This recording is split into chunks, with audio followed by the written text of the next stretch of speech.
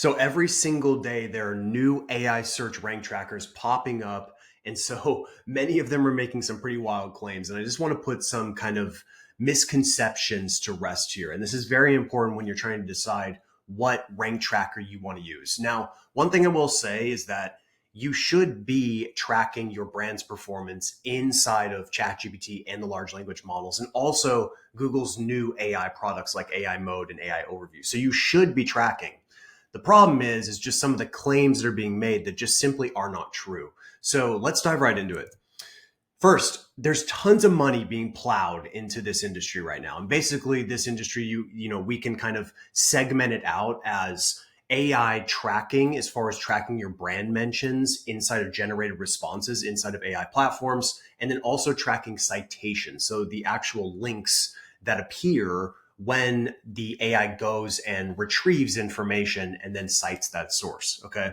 So these companies I'm showing here, this isn't like some indictment on these specifically. I just pulled these random screenshots because I know they got funding. And also, just to clarify, this is not an indictment on every tool that's out there. It's just a couple key things I've seen. I won't be naming names either. I just want to make sure, though, that if you're trying to make an educated decision about investing in one of these tools, you need to kind of know some of the details.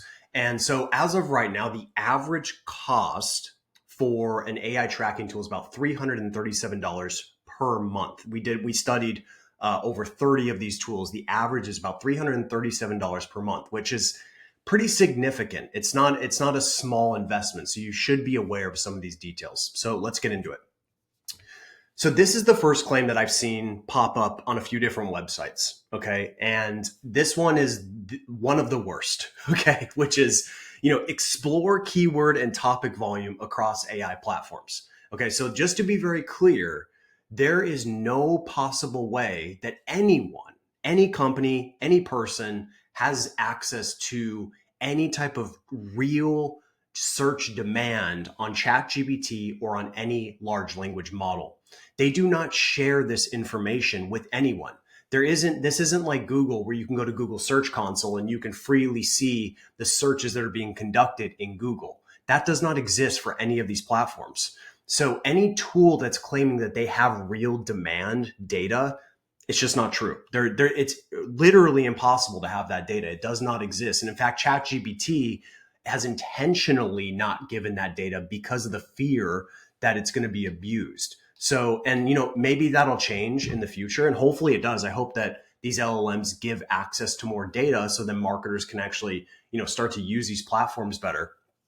But right now, no one has access to this data. So anyone that's showing you search volume data is really just pulling from search volume from the traditional searches. So, going into Google Keyword Planner and using their API to pull that data. That's basically what's going on. So in essence, they're mirroring demand, but it's not true demand. Okay. It's not true demand of what people are actually searching in these platforms. And it's a very important point. So be careful if you see any tool claiming to have this type of demand this demand data. Same thing with this. Discover what millions of people ask on AI. Once again, no one knows this information. It does not exist. Trust me, if it existed, I would be using it. It does not exist. No one has access to this information. And so just be careful of this claim. And then this is kind of the third one here, which is just too much conviction about the accuracy of the data. If you look at a lot of these AI trackers, they claim to have, the keys to the kingdom. But the truth is as I'm about to show you, getting reliable, accurate data as far as tracking is really, really hard in these platforms. This is not like traditional rank tracking that's existed for over a decade that I've been doing SEO, where you put your keyword into a rank tracker and you see how that page performs over time. That's much easier because the variance in search results is not that significant in traditional search. Like a couple spots here and there, not significant. Then maybe a Google update will come around, and that obviously changes the game, and there's significant variance. But for the most part, like, it didn't move that much. So you could actually track it, week over week, month over month, quarter over quarter, and see kind of where things are falling. This is radically different, as you're about to see. Okay. So Why tracking and gathering reliable data is really, really hard. So let's kind of dive into this. Number one is extreme variance. No two queries are the same. Now, this may have been the case with Google because Google does consolidate queries together to give you kind of this broader search volume. But this is next level because almost everyone who's using ChatGPT or any LLM, they are really putting in their own unique, queries. And it's not like they're just searching, best blue shoes. Like most people aren't searching like that on these platforms. It's going to be unique. There's going to be grammatical errors. There are going to be sentences, sometimes dissertations. Some people are using voice search. Some people are not. Just the variance in queries is enormous. And so there is a way to kind of to handle this, but this is one variable that's going to make it very difficult to get reliable data. The next one is personalization. Okay. So like we're looking at my account here, and when I search in my account, not in a private window, um, ChatGPT knows who I am because of my account, right? So I have the personalization turned on, and most people do because by default, personalization is turned on. So that means the large majority of people that are using ChatGPT are seeing that personalized experience. And the problem is, ChatGPT in particular is really nice, right? It's always nice about your ideas and your business and your products. So what it will do oftentimes, as I'll show you in a second, if you search within your standard searches in your account without a private window or a private search, it's going to say that your product ranks for a lot of things, right? If you say, what are the best SEO content optimization tools? It's going to say, yeah, rankability is right in there, right? It's going to say that because that's what it wants. It thinks that's what it wants me to hear, right? So it is designed to be very positive in that regard, and it's not very objective in many ways.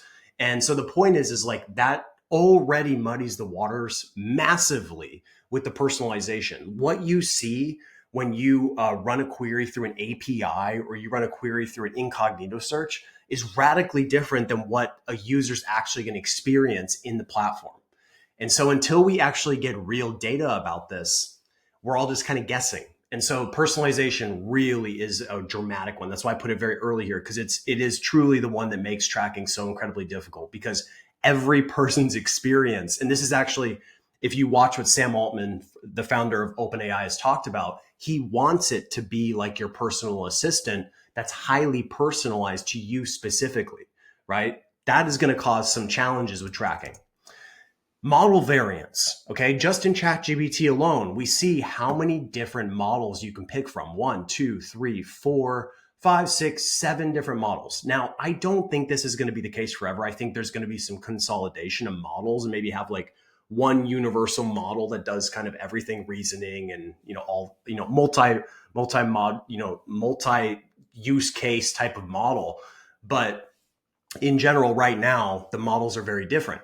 And funny enough, when you run queries across each individual model, run the same exact query, okay, you will get different results. It's pretty crazy. I'll show you an example of this. So check this out. So I ran, what are the best SEO content optimization tools right now? Okay, so I intentionally use right now, so it would try to pull from search and retrieve that information. But funny enough, for 4.0, it actually didn't retrieve anything. It just did straight answer in this regard. Now, once again, it's putting rankability in here. This is my account, so I can't trust this. I cannot trust that this is true. It's telling me what I want to hear, right? So I don't trust it. But you can see here, these are kind of generally the answers that you'll get. But then we run this through O4 Mini, we get a very different set of results, right? Pretty similar. And I'll say this is why you want to have a lot of prompt diversity, and there's some other methods we can use. But once again, pretty different. And plus it retrieved on this one. So it actually went out and searched to enhance the prompting for this particular, topic. Once again, I'm using the same exact seed though. This is the same seed and running it across different models and getting pretty different results. And even in a temporary chat. So I ran this across all the different models, and we are starting to see some similarities. But once again, this is just one of those things where it's just going to add some some stuff here that's just going to make it more challenging to actually get reliable data. Okay. Just because there's so much variance with these answers. Okay. And then the responses that you get obviously are almost always different. Like you run the same exact query, you get a different response. Now, are the brands that show up going to be pretty similar? Yeah, typically. They're going to be kind of similar. It's not always going to be in the same exact position. It's not always going to be in the same exact format, but the responses are different typically. There's nothing that's cookie cutter based on what I've seen. And I've been using ChatGPT since it came out in November 2022. So I've been using it for a long time, and I can tell you very rarely would you ever see a response that's exactly the same. I never see that. And then queries, even the queries that are used, like in the O3 model, if we go here into the O3 model, or even O4, actually, let's try to find one where it did some significant reasoning. So like here, you can see the queries in the query fan out here. If we inspect, you'll see that what it uses here to actually go and search and retrieve information to make its responses more reliable and more accurate and more timely, it changes that all the time. It's similar usually on the first seed that it does. So like if you do something like I did, it's usually going to search kind of some sort of listicle type of query like this that has a year modifier on it. But when it starts to fan out and it starts to go and introduce new queries into this to kind of, to enhance that response and make it more accurate, it changes a lot. There's not kind of like, there are some general formats that it uses, some patterns, but it's pretty significantly different on most queries once again. So there's just a lot of variance on these things. And that's why when I say, don't have too much conviction about what's going on here, this is what I mean, because there's just so many possible variations going on. Okay. So responses are almost always different. The types of queries that are used in the reasoning models for query fan out are almost there. There are some templates and patterns, but they tend to be pretty different for the most part. And then citations. Once again, you can look here in the citations and see that, yeah, we see some similarities in these citations, like a couple here and there. But once again, there is significant variance even in the citations that are used in this process, right? Sometimes there's a ton of citations, sometimes there's very little. Sometimes they're using Reddit, other times they're not, right? There's just a lot of variance. Now, the good news is even when you look at this one, and keep in mind, I think it's important to mention that I didn't use a different query for any of these. This is all the same query used across all of these different models, and we still got different citations for the same query. Okay, so that shows you that this is not exactly, nothing is static. And I think that's the most important thing to take out of this is like nothing is static in this process. So just be careful with any, very high conviction claims of tracking accuracy. Okay. And then another important thing is that most tools, even including the one that we're building, are using synthetic prompts. Okay. And what is a synthetic prompt? It just means that it is made up.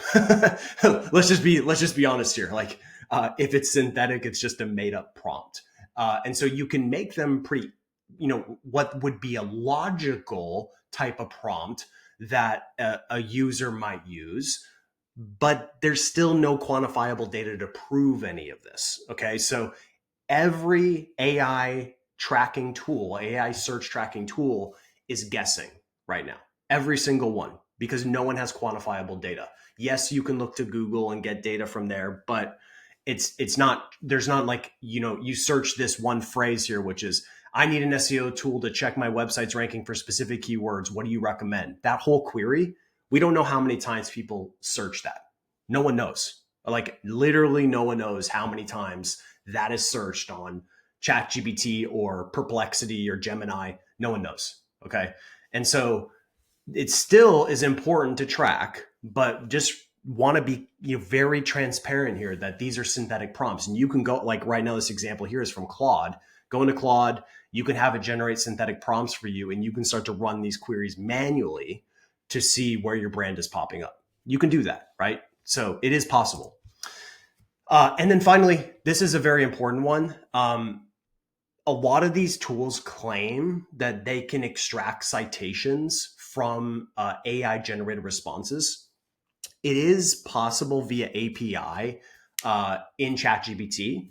However, some of the other platforms, you actually can't do that. So a lot of them, a lot of these tools, they're claiming that they're showing you the citations that are being used, but the reality is that they're mirroring what one of these LLMs would do. Okay, I'm not going to get into this super like technical, but they're trying to mirror what an LLM would do. And what an LLM would do is it just goes to search to enhance its response, right? So for example, if you use the 4.0 model, it's a couple years old at this point. So if you search something that you need a response that's more current, it has to go to the internet. And in most cases, when it goes and retrieves, it's just going to go to public search engines. As of right now, there's some debate about what ChatGPT uses, but as you know, they have a partnership with Microsoft, which means we know for sure they can use Bing. There's some evidence that they are possibly using Google, and we know that like Claude tends to push towards Brave search, and then Perplexity goes towards Bing quite a bit. Okay, so the point is though, public search engines that, and so the way these tools work is they're just kind of modeling what an LLM would do. They're extracting citations from the top ranking results anywhere between positions 1 and 20. They're bringing that back in and they're enhancing their prompt, and then they're saying here are the citations that were used. That's not necessarily the citations that were used directly in a real life user scenario. Okay, because no one has access to that information. No one can see real user response, like real user scenarios, real user conversations. Okay, other than that leak that just happened with Google where you could see the shared conversations. But other than that, it just doesn't exist at this point. Now there is some like kind of sketchier things that tools can do, which is like using proxies and stuff, and creating like thousands of ChatGPT accounts and running stuff through there. They can do that, but that's against terms of service, and they're probably going to get banned. So I wouldn't use a tool that's doing anything sketchy like that. Okay. So what should you do after all of that? After I just threw the kitchen sink at you, what should you do? Well, number one, be very careful about personalization. But more importantly, remember what the goals are of tracking. What are we even tracking in the first place? What are we doing here? How do we decide what's a good idea to track? Well, number one, what you're seeing here, this is the most important thing to track. And this is also the thing that doesn't track well back to the website and to a direct conversion. So, for example, what we're looking at here is there's no links. There's no links here. So, but the thing is, if we're not showing up in this list, that's a problem. Okay. And so we need our brand to appear in the generated responses. This is the most important thing, because when someone is searching these commercial queries, we need our brand to show up. We need our clients' brands to show up. Okay. That is critical. So this should be tracked all the time. And we should be doing it to ensure that we're actually showing up in these responses. And if we're not, we need to take the steps to do that. Okay. And now the question is like, how do we quantify this particular thing? Well, how do you quantify not being there? Right. That's something that should be talked about. Like a lot of people are talking, well, if we're here, how do we generate, how do we, track the conversions? Well, first of all, you're not, because anyone that claims that attribution, like real attribution, is even possible at this point is just selling you nonsense. Attribution is almost impossible, like true attribution, unless you have a really segmented, siloed out funnel. It's really, really hard, because the way people use just tools and different platforms these days is quite erratic, right? Someone watches a YouTube video, then they go to ChatGPT, then they go to Reddit, then they go to X, and they go to LinkedIn, and then 6 months later, they become a lead. How are you going to track that? It's just impossible. So the point is, though, we want to focus more on like, okay, do we have prominence in these responses? That's what matters. Okay. And then of course you want to think about, okay, well, how do we become the number one, recommended option in these responses? Okay. So first is overall visibility. Are we actually just showing up in general? Like, are we just even appearing? And if you're not even doing that, then you got a lot of work to do. But once you're appearing, then it's a different game of trying to figure out like, okay, well, how do we get above some of these competitors? Okay. And you start to think about that and you start to exploit those variables that can influence that, the AI to make that recommendation higher. Okay. So this is what needs to be tracked. It's very, very important. And then you don't like, I've seen some AI search tracking tools out there that like say they have analytics. Like you just go into Google Analytics 4 and you can see the data for free. Like there's no, like, I don't know what would be the reason for using the analytics for inside another tool when you can just go into Google Analytics and use it yourself. It's literally right here available for anyone to see. So, you can use you even use Google Looker Studio and like build a dashboard for this too, if you want. So just use Google Analytics 4. It's right here. It's free. Okay, so now let's talk about a quick formula. This is really important. So if you want to be able to track this the right way and you want to get within a certain level of certainty that somewhat models what would happen in, let's say, a real life scenario, nothing is perfect, by the way, but this can get you closer to getting a better idea. Okay, so here's kind of a formula that we're using. Number one, prompt diversity. Okay, so you want to have many different variants that are used. Okay. And obviously, you got to be careful with certain variants that would cause the AI to give an answer that obviously isn't going to be super useful. Like, for example, if you were to do like, Nike baseball cleats review, it's just going to talk about Nike. So like if you're a competitor of Nike, that's not really a useful query, right? So you don't want to use that. You want to keep the queries pretty broad. So keep them more commercial intent, but without any brands inside of there. We've tested this rigorously. It ends up getting weird data. So just stick to the broader level. Let's call it,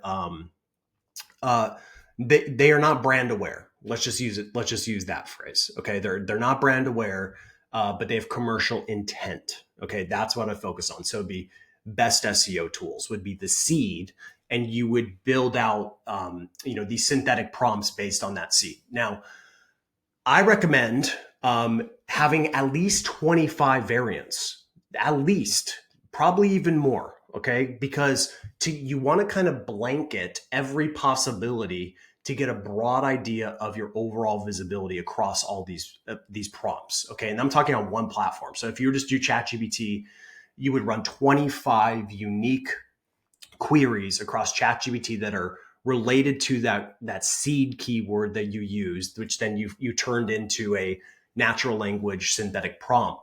And then you would see how your brand is performing across all 25 to get a broad idea. Okay. So you don't want to be thinking like, I'm just going to track this one prompt and I'm going to see that's just pointless. You should be looking at it broadly and looking like across the board, like, okay, based on these 50, unique queries that we ran, we have 25% visibility across these queries. Okay. That's a much better kind of tracking mechanism than trying to individually track prompts that may not even be used really at all. So you just want, the goal here of tracking is to get a broad idea of performance, of visibility. Okay. And then this is the one that's really important, is you probably should run the same prompt multiple times. You don't need to go super crazy and do it like 25 times, but maybe run it at least one more time. So take that same exact query and run that same exact query again. This can help eliminate some of the variance that might exist. If you do it 3 times, you're going to be probably more than enough, right? So essentially what would happen is you would basically run anywhere between 75 to 100 of these individual chats with these unique natural language prompts that are synthetic. Okay. That will give you a pretty good idea from one base seed keyword how your brand is performing. I mean, it'd be pretty hard to, not get a good idea from that. So this is the way that we're doing it. Everyone's got their own philosophy on this, but for us, we're focused on the brand element. Okay. Like, where is the brand showing up in the AI recommendations and in the generated response? I think that matters more. Okay.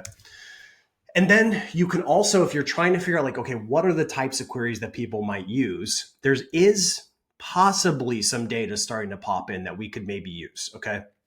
So go into Google Search Console and filter by /overview or filter by /search. Okay. I cannot prove what I'm about to say, but I do think this is it is telling. Okay, let's just say that much. So like on the overview, I'm totally making an assumption that this is AI overviews. Okay, just possibly. I'm not sure. I can't prove it once again, but it seems quite likely that these would be AI overview queries because of the how they're structured, what they look like. They're long. They mimic what someone would do in a large language model. So I would, be looking at these at least and kind of investigating. And then on the right hand side, we have slash search. So these are, in my opinion, once again, I cannot prove this. It looks like this could be AI mode. I'm not sure because it looks like it's a segmented out product from Google so that it can segment from traditional search. So that's just what my opinion is. Like I'm thinking in terms of like what a SaaS company would do. This probably seems likely, also given the nature of the queries, right? These queries are much more natural language. They're much longer. They fit the criteria. Okay, so you can start looking into this data in Google Search Console, and if you find ones that don't look super synthetic, that look kind of pretty natural, then those would be ones you'd want to add to your kind of your database of prompts, so that you can kind of get more education about how your brand is showing up. Okay. So, but the key here is really do it based on clusters. Okay. So pick one seed, maybe for one of your core products, and build out, let's say 25 to 100 of these variants around your core product. And then you should be tracking those around your one core product. And you do the same thing for another product. You repeat that. So that means you're going to be tracking a lot. But that's really you need a lot of surface area to really get a good idea of how you're performing. Okay. And then, as I mentioned before, run the same prompt multiple times. It's very, very important. Now, we are building Rankability AI Analyzer. So if you want to get early access to it, the cool thing about this is not going to be like an add-on to Rankability. This is going to be included into your core membership. So if you do go and sign up for Rankability, obviously we have, in my opinion, the best content optimization tool that exists, but we're also adding this in here as well. So just go to rankability.com and you can get early access to this, but we're going to focus purely on ChatGPT initially, just because it has about 60% of the large language model market. So hope that helps. I know I kind of like threw the kitchen sink at you, but it's just important to understand how these tools work and kind of the nature of AI search tracking. It is not a perfect science by any means, but I hope this helped. And thank you so much for watching.